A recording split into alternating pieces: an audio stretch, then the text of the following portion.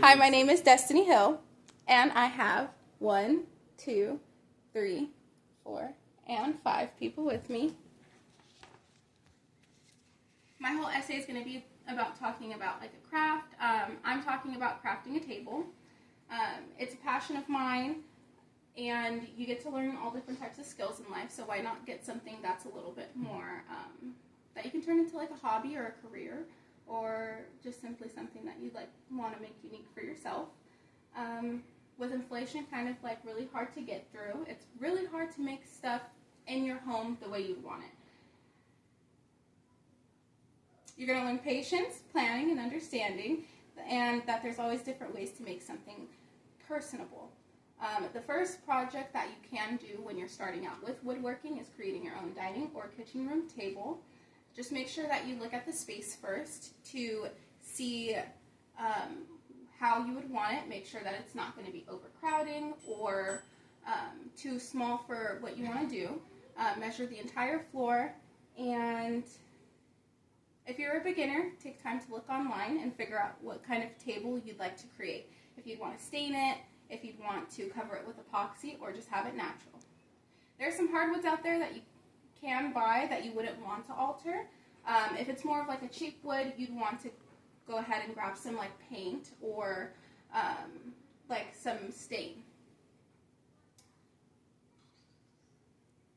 So you need to start off by settling on a design. A design will show you how much lumber you need, what kind of like tools or what you need to put it together. You're going to need stuff like a handsaw, a drill, a screwdriver, sandpaper, and a hand plane. Just make sure you grab some extra materials like some extra wood and some extra screws just in case. Now after you have everything that you need to begin, you can start by measuring your lumber. Then divide your wood into 2 sections. You're going to separate the tabletop and the base wood. The base wood is going to be the legs. The good rule of thumb is to always double check all of your measurements that you planned out before, because you don't want to finish and have something wobbly in your home forever. Double check that all of your markings are even and accurate. After that, you can start cutting or milling down the wood. You can use many different tools for cutting lumber that range from hand saws to power tools. If you use a hand saw, it'll take more time, but it is a little bit cheaper. If you use something like a miter saw, it's a little bit more expensive, but it's more accurate because it's, with a light, and it works a little bit faster. Now, after you do that, it's time to start planing your wood pieces planing your wood pieces to avoid warping that naturally occurs in the wood. This will get you the exact dimensions that you need for each section of the table. When it comes to the base and leg construction, you're going to want to have to design the legs the way you want. Personally, I like to use a lathe. It is a spinning tool that you can use to carve the legs up in a design that you'd like. You can use little gouges, files, and chisels. Depending on the complexity of your table, it may be a good time to start sanding. You don't want to put everything together and realize that you missed this spot, because some spots are hard to get to. Make sure that everything really is sanded down smoothly.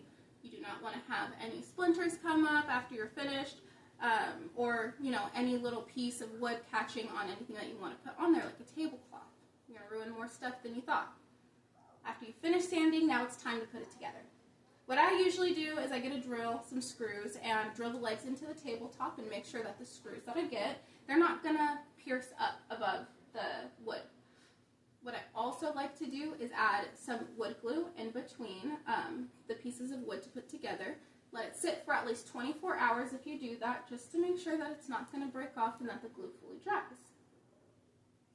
You can also use clamps or something like pressurized to keep it down for the full 24 hours, and just make sure that you work in small little spots.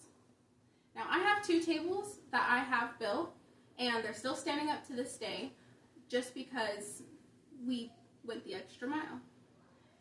After you've taken time to double check and make sure everything is perfectly sanded, it's time to apply a stain.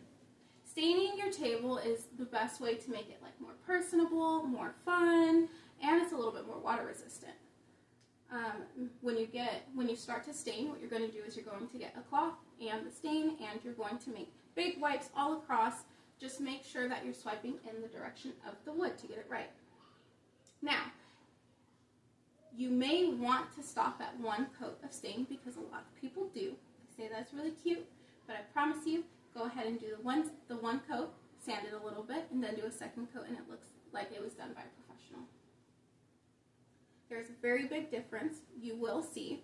And then after the stain dries, rub away any excess with a clean rag, and you're done. You created a table, your very own table, something that you wanted to create, something that was in your head that you made into a thing. Just when you are doing it, be thorough, take time to plan, and stick to the plan that you start with. You don't want to not do that. And if you need some inspiration or a solution to a brand new problem that pops up while you're working, just watch some instructional videos as you go while you work. That is it. Now, 1, 2, 3.